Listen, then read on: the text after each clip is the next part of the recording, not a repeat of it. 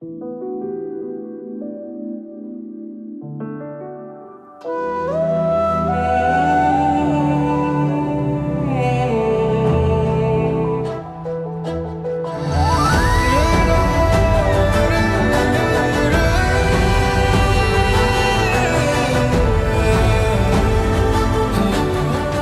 real beauty in your heart.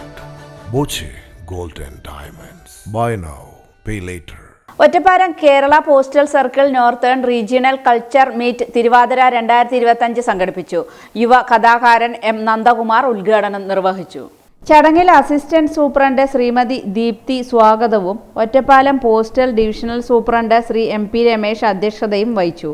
യുവ കഥാകാരൻ Shri M Nandakumar ഭദ്രദീപം കുളത്തി ഉദ്ഘാടനം നിർവഹിച്ചു. കളിയച്ചൻ രാച്ചിയമ്മ എന്നീ 2 വേദികളിലായി ഒറ്റപ്പാലം തപാൽ ജീവനക്കാരുടെ അരങ്ങുണർത്തൽ ഗാനത്തോടെ തുടക്കം കുറിച്ച പരിപാടിയിൽ കേന്ദ്ര സംഗീത നാടക അക്കാദമി അവാർഡ് ജേതാവും കൂനത്തറ ബ്രാഞ്ച് പോസ്റ്റ് മാസ്റ്ററുമായ ശ്രീ വിശ്വനാഥ പുലവരും സംഘവും അവതരിപ്പിച്ച തോൽപ്പാവക്കൂത്ത് കാണികൾക്ക് വ്യത്യസ്ത അനുഭവമായി. തുടർന്ന് തപാൽ കുടുംബാംഗങ്ങളുടെ Kuchipudi, Mohiniyattam, Bharatanatyam, Sattriya, mono act, Carnatic, Hindustani musical instrumental മത്സര പരിപാടികളും അരങ്ങേറി.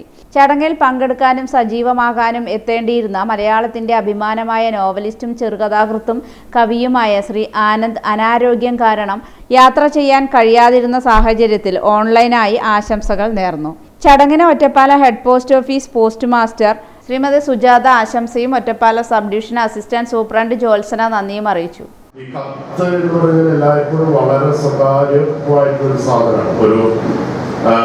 ഒരാൾ വേറൊരാളോട് കമ്മ്യൂണിക്കേറ്റ് ചെയ്യുന്ന സമയത്ത് അത്തരത്തിലുള്ള കത്തുകൾ, പേഴ്സണൽ ലെറ്റേഴ്സ് എന്ന് പറയുന്ന അതിന്റെ കണ്ടന്റ് എന്താണ് എന്നുള്ളത് ഇത് ഏൽപ്പിക്കുന്ന പോസ്റ്റ്മാൻ ആർക്കും തുറന്നു നോക്കാനൊന്നും അവകാശമില്ല. പക്ഷേ പിന്നീട് അത്തരം കത്തുകൾ ചരിത്രകാരന്മാർക്കും അങ്ങേയറ്റം ഉപകാരപ്രദമായി തീർന്നിട്ടുണ്ട്. കാരണം ഈസ്റ്റ് ഇന്ത്യ കമ്പനിയുടെ കാലത്ത് ഇന്ത്യയിലുണ്ടായിരുന്ന ഉദ്യോഗസ്ഥന്മാരും അവരുടെ ഭാര്യമാരൊക്കെ ബ്രിട്ടനിലും സ്കോട്ട്ലൻഡിലും ഫ്രാൻസിലും ഒക്കെ ഉണ്ടായിരുന്ന അവരുടെ ബന്ധുക്കൾക്ക്, റിലേറ്റീവ്സിന് അയച്ചിരുന്ന കത്തുകൾ ഒരു പേഴ്സണൽ കത്തുകളാണെങ്കിൽ പോലും അവ പരിശോധിക്കുന്നതോടുകൂടി അന്നത്തെ ഇന്ത്യ ചരിത്രം, അന്നത്തെ ഇന്ത്യയുടെ കൊളോണിയൽ ജീവിതം, അന്നത്തെ ജീവിത രീതികൾ ഈ ചരിത്രകാരന്മാര് ഗംഭീരമായിട്ട് കത്തുകളെ ഉപയോഗപ്പെടുത്തിയിട്ടുണ്ട്. നമ്മൾ വിചാരിക്കുന്ന പോലെ കത്ത് ഒരു നിസ്സാരമായിട്ടുള്ള ഒരു സംഗതിയാണ്.